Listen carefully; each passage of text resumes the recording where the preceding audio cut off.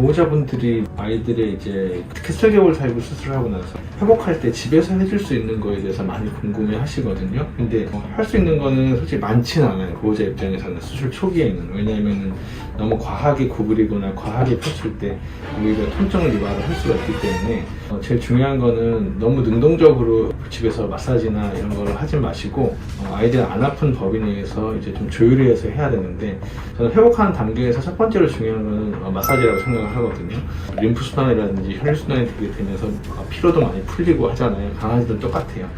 이렇게 다리가 이렇게 있고 허벅지하고 종아리뼈가 이렇게 있으면은 슬개골이 쉽게 해서 다리가 이렇게 꺾이는 가운데에 있거든요. 그리고 이렇게 이게 모양을 보시면은 슬개골이 이렇게 꺾이는 데 있고 여기 슬개골이 있는 거고, 이렇게 보면 슬개골이 있는 겁니다. 근데 집에서 마사지 할 곳은 여기를 막 누르는 게 아니라 슬개골 주변을 눌러주셔야 돼요.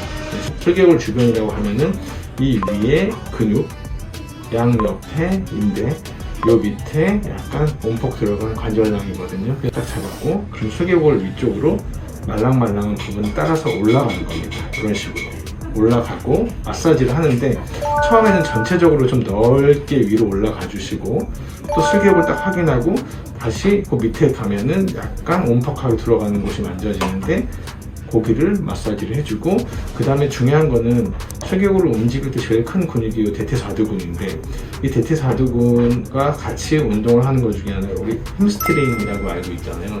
여기 허벅지 근육, 이 허벅지 근육을 같이 마사지를 해줘야 돼요. 그래서 이 앞근육, 뒷근육, 슬개골 밑에 온폭 들어간 곳, 관절량 세 군데를 마사지를 하면은 이 슬개골이 움직일 때 준비가 되는 겁니다. 이 윗부분을 말랑말랑하게 이렇게 닭살처럼 만져지거든요. 위에 끝까지.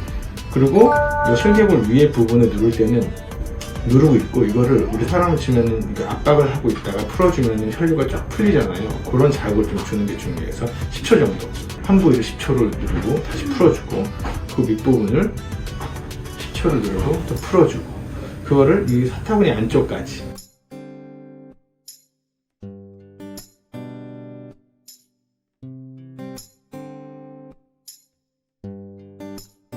이 뒤에 있는 햄스트링 근육도 여기 눌러주고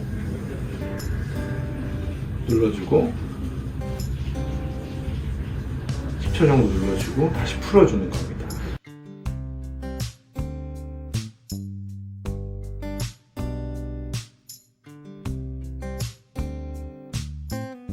그래서 이 슬관절이 움직이는데 주변에 막 이렇게 활 역할을 해주는 이 소프트웨어를 집에서 수술하고 초기에 한 달, 두 달 정도를 해주시면은 훨씬 아이들이 걷는 모양이 이쁘게 걷게 돼요, 나중에. 그냥 수술하면 다 잘 걷긴 하죠. 왜냐면 뼈가 들어갔으니까.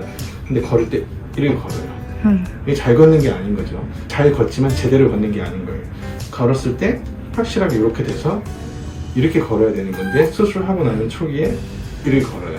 왜냐면 이 관절을 못 쓰고 엉덩이까지 해서 그냥 이렇게 걷는 거예요. 보호자 봤을 때는 절지 않으니까 아주 좋아 이렇게 생각하실 수도 있는데, 저희가 봤을 때는 그냥 부드럽게 걷는 건 아니기 때문에 그 과정까지 만들어주는 게 결국엔 보호자가 집에서 해줄 수 있는 홈케어 방법과 같이 말씀드린 이 앞쪽 큰 근육, 뒤쪽 햄스트링, 그 다음에 슬개골 밑에 부분에 온폭 들어간 부분을 좀 자극시켜주고, 더 해줄 수 있으면 좋은 건 뭐냐면은 이 뒷다리 종아리 근육까지 마사지를 해주면은 이 뒷다리 배열에 있어서 움직일 때 되게 부드럽게 윤활유 역할을 해주게 됩니다. 그래서 그거를 퇴원하고 나서 보통 2주에서 3주까지는 매일 아침 저녁으로 이렇게 해주시고, 각 부위를 한 10초 정도씩 만지면서 올라가고 넓게 확장을 시켜주면은 아마 2달 정도 되면은 걸을 때 훨씬 더 이 발목도 제대로 딱 꺾이고, 걸을 때 뭔가 이렇게 좀 따박따박 잘 걷는 느낌. 우리 사람들 걸을 때